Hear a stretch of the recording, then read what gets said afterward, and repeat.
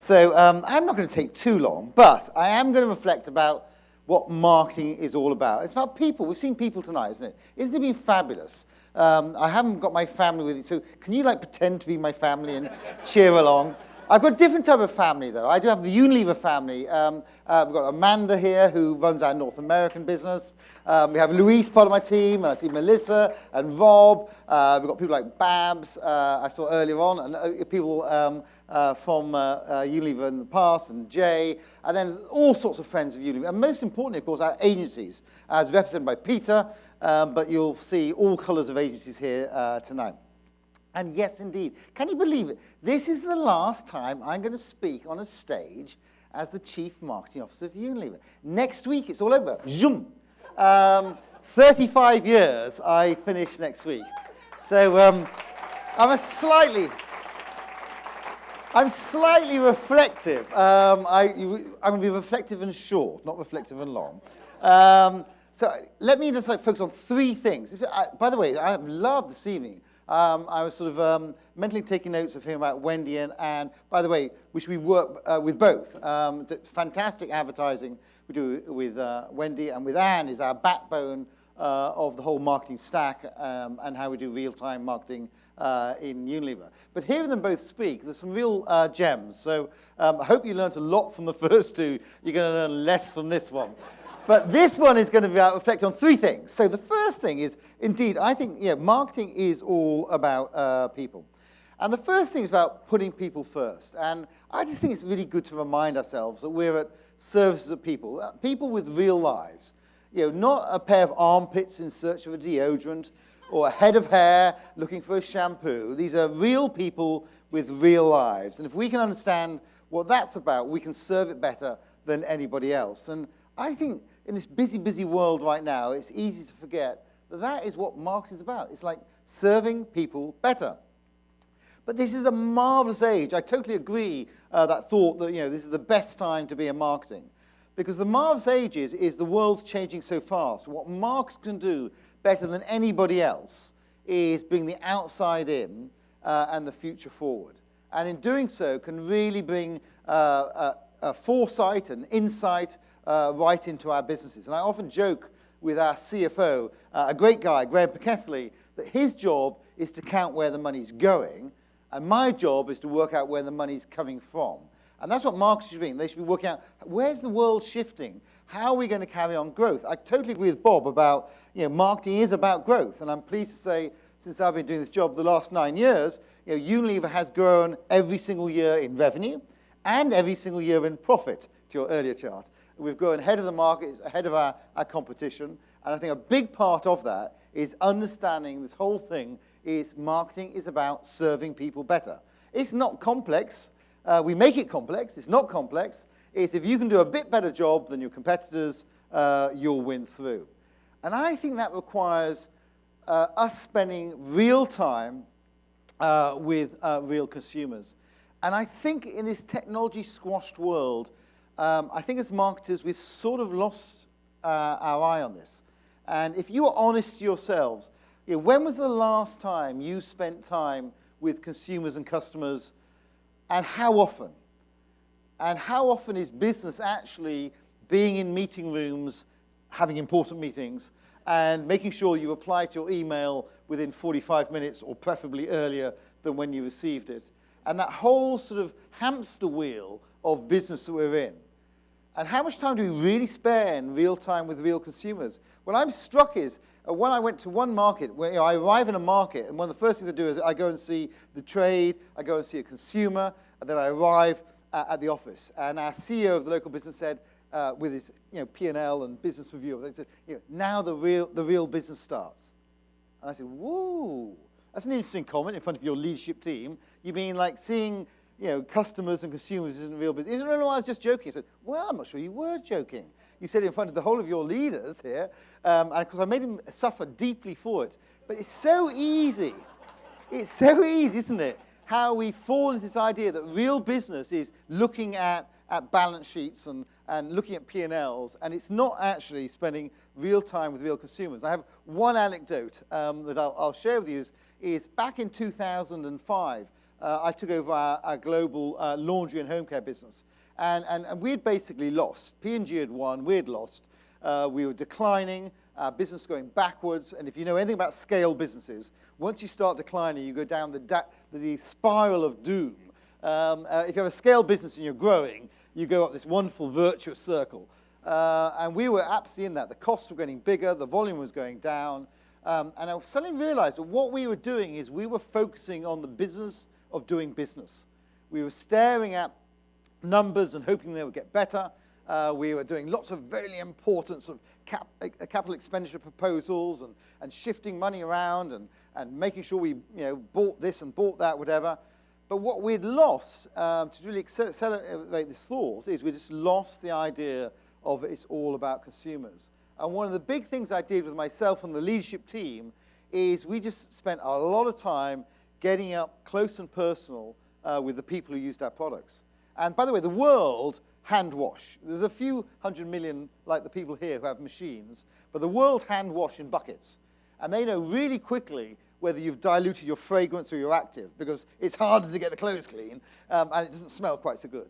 And we'd done the classic, salami slicing, taking little bits out. We convinced ourselves through very good consumer research that it wasn't really different. But over the years, we had really lost focus on delivering a great product.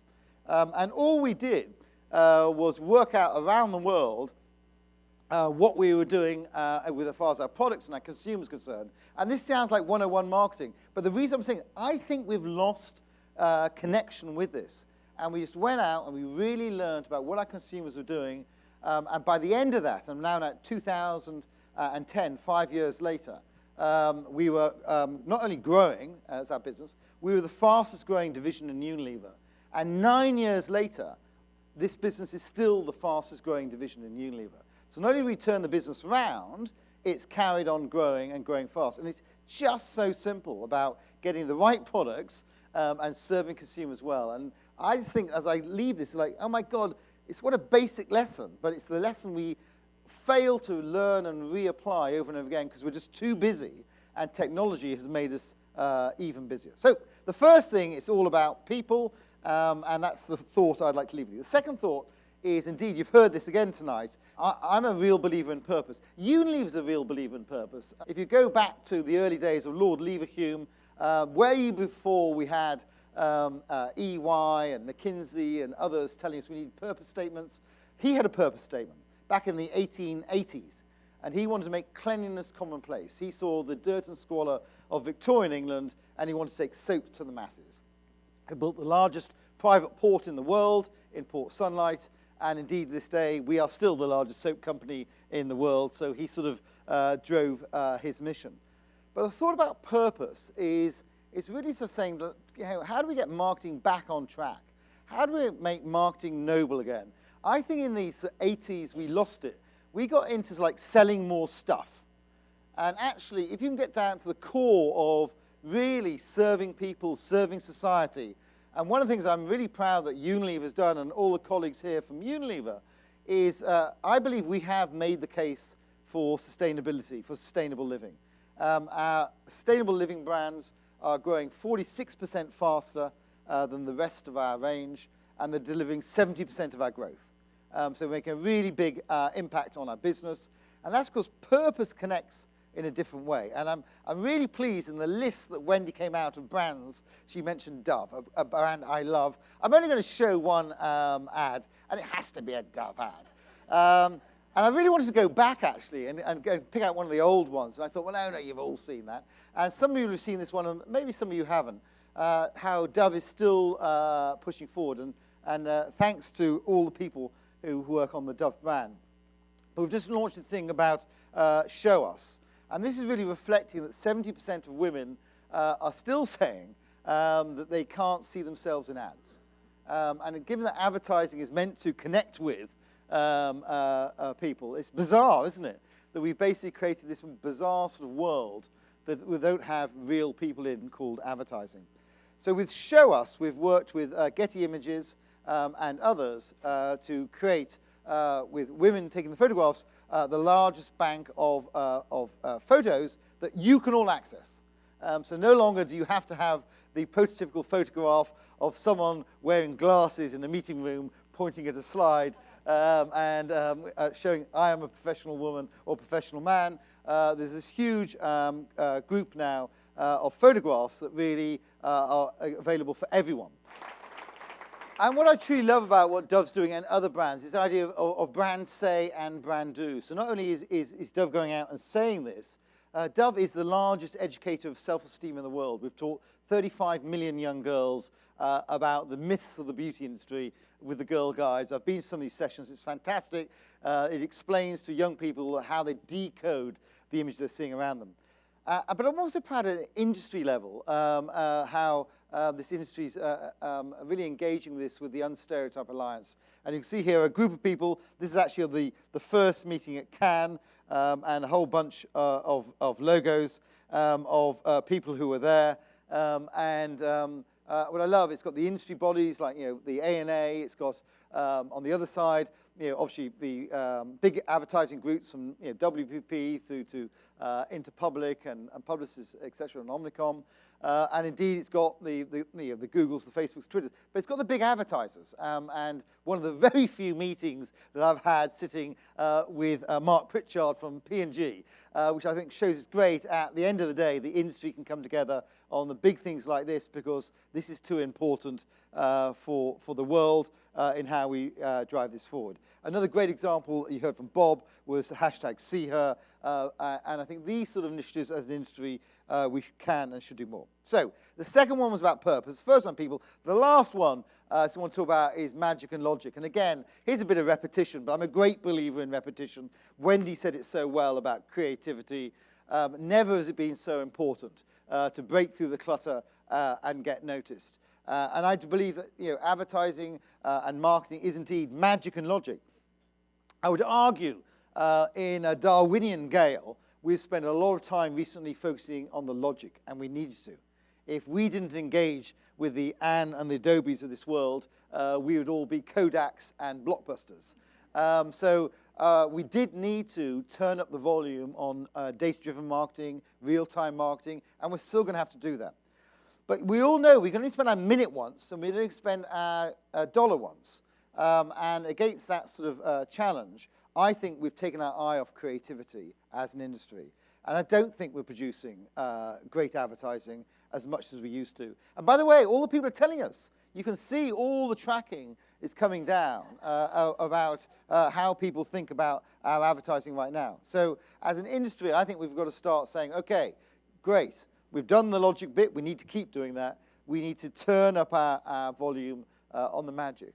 And magic also is a great way of bringing people into an industry and getting young people to wanting to work in an industry. Because at the end of the day, you guys did not choose to be investment bankers.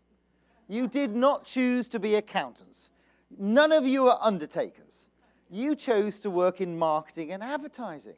And we should have fun doing that because this is creating really brilliant ideas and taking it to lots of people. Because I'm a huge believer in the end of the day that miserable people deliver miserable results. And this is the reason why I'm going to drive you to the drinks trolley very soon, because I think we should have fun. And I think we need to refine the fun this industry had. Not out of flippancy, no. Out of creativity, out of magic, about bringing energy and resource and focus into doing fabulous things.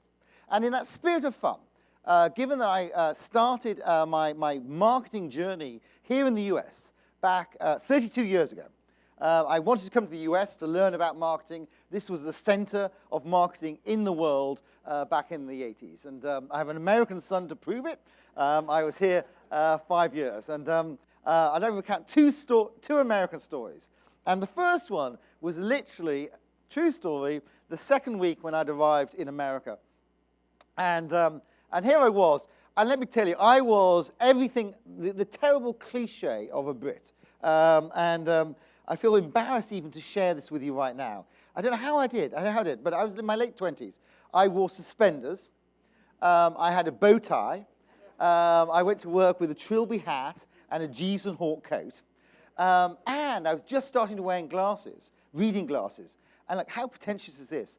I had a pair of antique gold pince-nez that I used to put on when I had to read something. I was like the cliche of Brit. The good news back in the 80s, you still loved the Brits. We're less fashionable now, but then in the 80s, you could get away with blue murder in the US, just with a British accent. And so here I was, I'd just come out of a meeting in McCown Erickson, and I went down to get my car. And you see this line of cars you're so familiar with. And here's the names on the car. And I see the first one, it says Jerkowitz. The second one was Jodel. Can't find my car anyway. So I walk a little bit further, and there's a car a little bit further away from the others with no name on. So I knocked on the window, and the window came down. I leant forward and said, "Weed?" And the guy said, "Buying or selling?" So I learned that weed means something slightly different in the US than it did in the UK. And actually, I've actually come to say that when you go to check into a hotel or a restaurant and you say weed, and I always say, like a good smoke. And they immediately go, okay, we understand what weed is. So that's one story. I'll just wind forward something a little bit closer. UN General Assembly Week. So the UN General Assembly Week last year. And I was sitting in a meeting, and at the table, all sorts of, the good and the great, Jack Ma was at my table, etc. And then they announced that the next speaker was going to be from the UN Hate Foundation. The UN Hate Foundation. And we looked at each other, wow, God, is there such a thing as the UN Hate Foundation? And this lady got up from the back of the room and walked down the middle, and everyone's thinking, wow, what sort of presentation is this going to be? And she got up on stage, like I am now, and she said, first of all, I'd just like to say is I'm from the Unhate Foundation. And proceeds to go on to talk about the Unhate Foundation. Now, I've got so many anecdotes, I could carry on all night. You're glad I'm not, because it is 35 years, and it's been brilliant. I'm going to go into a portfolio of roles. Hey, if you have anything exciting out there, do talk to me. I'm doing lots of fun stuff already. This is me now, after 35 years of selling soup and soap. This is what I was 35 years ago. Oh my God, what the age and the years do on you. This is me joining Unilever 35 years ago. And people say, hey, what are you going to do now? Well, I'll tell you, the first thing I'm going to do, back to my American roots, I'm going to take my 1940 Pontiac, which is on its way right now to Beijing. There's a race done in 1907 called the Peking to Paris car race. It's 6 weeks. I'm starting in Peking or Beijing in May, next month. And I'm driving with 120 cars across sort of China, Mongolia, through the Gobi Desert, Russia, Kazakhstan, all of that, popping out and eventually arriving in Paris. And it looks something like that. And it's going to be 6 weeks of fun. So while all of you are miserably at work, having a tough time, just think, oh my God, I feel so joyous for Keith as he's driving across the whole of Asia into Europe, having fun with his best friend and a few others. So all I have to remain is actually where Peter started, is it's been an absolute blast. Thank you very much.